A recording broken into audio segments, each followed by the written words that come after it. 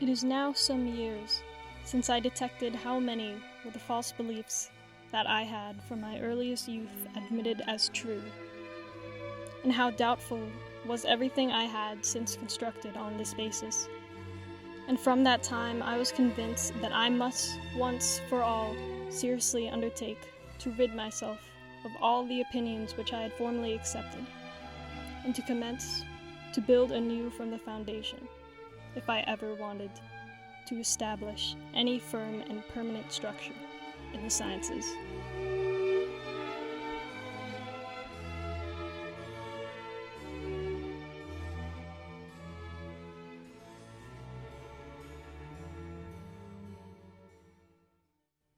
Behind the Curve was a Netflix documentary released in 2018 amid the peak of the Flat Earth community's cultural relevancy.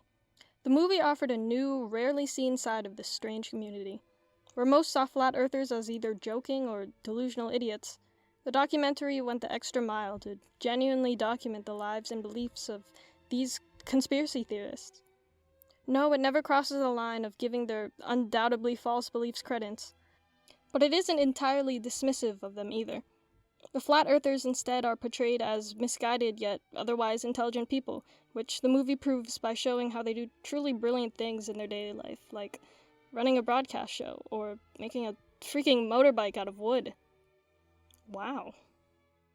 The point is, Behind the Curve illustrates how everyone is at the end of the day just a person.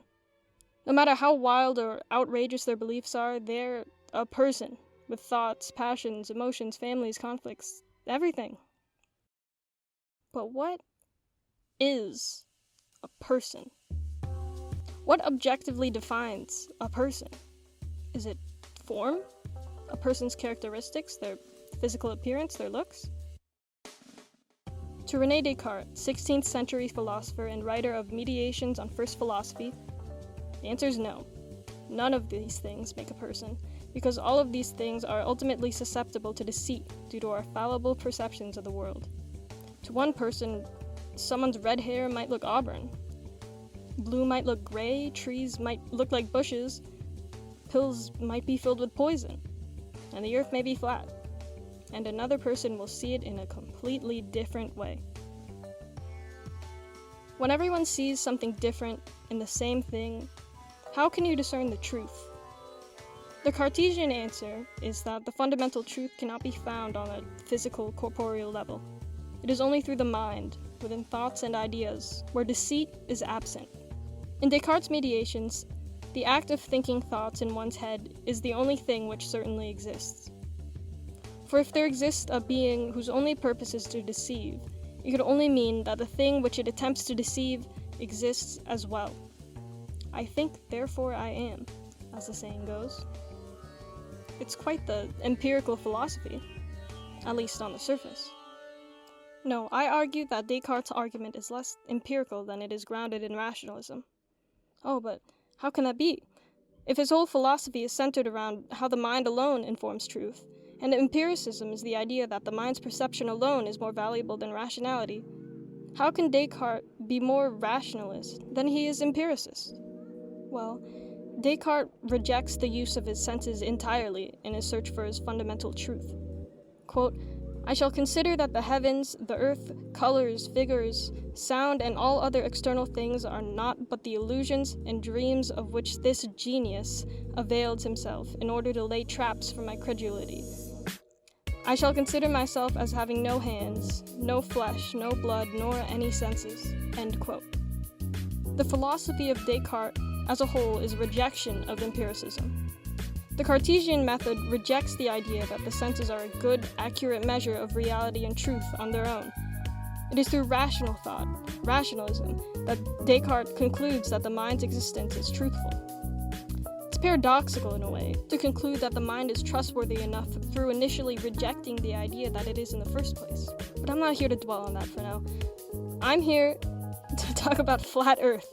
And the flat Earth argument, at its core, is grounded entirely in empiricism. Every flat earther's main argument is that they themselves have never seen, with their own two eyes, the Earth's globeness. Therefore, they cannot be convinced that it exists.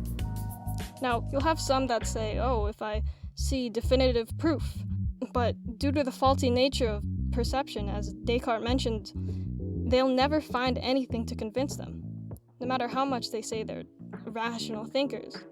To be a flat earther is to inherently only believe in empiricism alone. You could launch a flat earther into space and they'd still be in denial, saying, oh, my space helmet is a screen, or NASA put drugs in my oxygen. In Descartes' terms, they are people who live in constant fear of the deceptive, evil genius. This fear dictates their every move, belief, actions, relationships, everything. This fear is not exclusive to conspiracists. It's a suspicion that everyone holds, in which humans have held since the beginning of human history, far before Descartes was writing about it in his meditations. The fear of the evil genius, the devil, is what leads men to over-rely on empiricism. It's what leads them to reject theories born of rationalism and science. It's because of that the line between Descartes and the flat earther is surprisingly less defined than it seems. Both begin their journeys of discovery by rejecting everything they've ever known. Both challenge the idea of a manipulative puppeteer orchestrating all the evil things in life. The difference boils down to the method of which each side finds their satisfactory fundamental truth after going through the same method of rejecting everything. Descartes used rationalism to find his conclusion. He breaks down only to build up using established facts and rational thought. A flat earther, meanwhile, relies solely on empiricism. They break down their previous ideas informed by rationalism only to replace them with empirical ones, formed solely on their own flawed perceptions of the world. The reason flat earthers seem so similar is because they only truly deviate from us in this specific way, the valuing of empiricism over rationalism. We're alike not just by our humanity, but because rationalism and empiricism are two sides of the same coin. Or, well, disc.